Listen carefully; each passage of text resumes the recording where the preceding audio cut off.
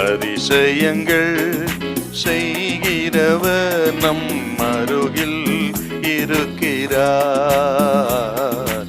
அற்புதங்கள் செய்கிறவர் என்றும் நமக்குள் வசிக்கிறார்.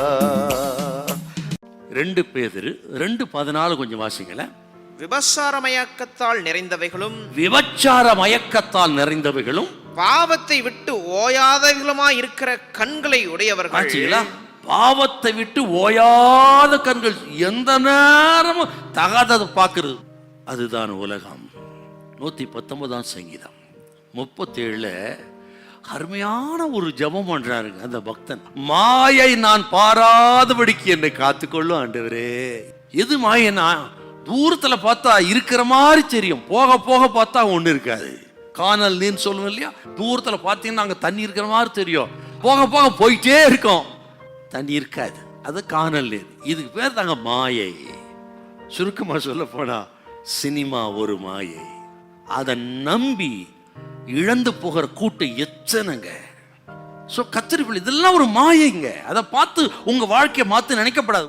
ஆக மாயை பாராதபடி. என்ன அருமையான வசனம். அதனால தேவ பிள்ளைகள் உங்க கண்ணை காத்துக்கிட்டு அதுல கவனமாயிருங்கள். கண்களை கட்டுப்படுத்த முடியல. வாட்ஸ்அப், ஃபேஸ்புக்கில், யூடியூப்ல, செல்போனில் சில பார்க்க கூடாதுன்னு தான் நினைக்கிறீங்க, விரும்புறீங்க. ஐயோ இதை ஜெயிக்கணும்னு முடியல. ரட்சிக்கப்பட்ட ஒவ்வொரு பிள்ளை இருதயத்திலேயும் இந்த தாகம், வாஞ்ச, ஏக்கம் இருக்கத்தான் செய்யும். ரட்சிக்கப்படலன்னு வச்சுக்கோங்க, இதெல்லாம் பெருசா தெரியாதா இருக்கு. இதெல்லாம் என்ன? இதெல்லாம் இதுதாங்க உலகம்.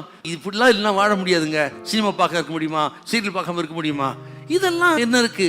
அப்படித்தான் தெரியும். ஆனா ரட்சிக்கப்பட்ட பிள்ளைகளுக்கு உள்ளத்தான், ஐயோ இப்படி செய்யக்கூடாதே ஆண்டவரே, என்னால ஜெயிக்க முடியலன்னு ஒரு தாகம், ஏக்கம் யார் கொடுக்குன்னா ரட்சிக்கப்பட்டவங்க உள்ளத்தான் இருக்கும். ஏனென்றால் அவர்கள் அவருடைய வித்தா இருக்கிறார்கள்.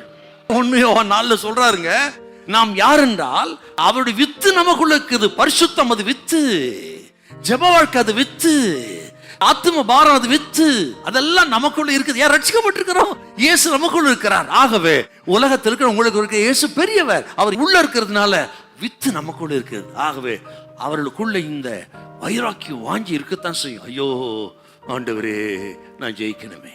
கர்த்தர் சொல்றாரு, இன்னைக்கு வெற்றியை தருவா. நீங்கள் வெற்றி பெற பிறந்தவர்கள், ரட்சிக்கப்பட்ட தேவ ஜனமே, நீ வெற்றி பெற பிறந்தவள், வெற்றி பெற பிறந்த உனக்கு வெற்றி கிடைக்கும். வெற்றி கிடைக்க சிஸ்டர், கண்களின் மேல் வெற்றி உண்டாகும் உனக்கு. நம்முடைய கர்த்தராகிய இயேசு கிறிஸ்துவினாலே நமக்கு ஜெயம் கொடுக்க தேவனுக்கு ஸ்தோத்திரம்.